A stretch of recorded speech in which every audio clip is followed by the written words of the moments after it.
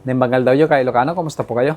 So mag-update lang ako sa bagyong Nando kay Ilocano dito sa amin sa Ilocos. Dito po sa Bigan. Kaya tara, samahan niyo po ako kay Ilocano. Nimbagal daw yun kay Ilocano, kumusta po kayo? So i-update ko lang kayo dito sa amin kay Ilocano dito sa Ilocos. Kasi dumadaan ngayon si Super Typhoon Nando. So signal number 2 na ngayon dito sa Ilocos kay Ilocano. So makulimlim, maulan. Tapos malakas yung hangin kay Ilocano. At simula kaninang alas 9 kay Ilocano, wala na rin kaming kuryente. So tignan din natin tong mga laga kong ibon kay Ilocano. Naglagay na ako ng tabing nila kay Ilocano kasi malakas na po talaga yung hangin.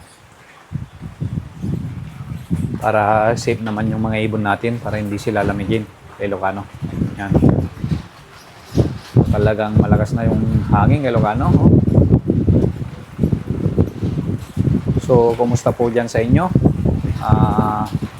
Hindi naman po malakas yung bagyo dyan. Sa may Batanes siya dadaan kay Ilocano. Hagip niya po yung Ilocos. Dadaan sa may Cagayan, ganun kay Ilocano. Ngayong maghapon hanggang magdamag. So bukas pa daw lalabas kay Ilocano, sabi ng Pag-asa. Yan kay Ilocano, lakas So papalapit na talaga si Nando. So sana pare-pare tayong nasa mabuting kalagayan kay Ilocano. Kasi yun nga, talagang malakas si Nando. Super typhoon daw, sabi ng Pag-asa. So yung mga nasa coastal area po kayo at pinalilikas na po kayo kay Ilocano, lumikas na po tayo. Kasi mas maganda pa rin po yung safe tayo kaysa naman makipagsapalaran tayo kay Ilocano. Total, maghapon magdamag lang naman po yung bagyo.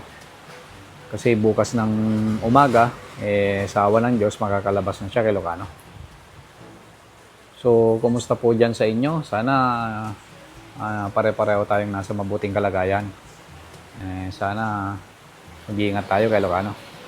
So, kailangan nating paghahandaan kay Ilocano. So, ano na po ba kayo ng mga tubig nyo kay Ilocano? Yung mga emergency kit nyo.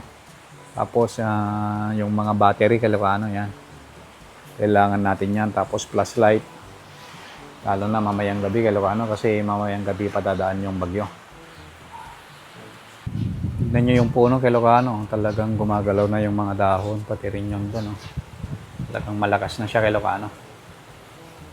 So nawalan kami ng kuryente kay Ilocano kasi yun nga. Meron pong pumutok na transformer dito sa amin sa may poste. Diyan sa may poste dyan kay Ilocano. Tumunog po kanina, lakas. Sana maayos ng iseko yan kay Ilocano para kahit papaano meron pa tayong kuryente para makapag-charge tayo ng ating mga cellphone kay Ilocano. So ingat tayong lahat kay Ilocano. So maraming salamat po sa panonood. Ingat po tayong lahat kay Ilocano.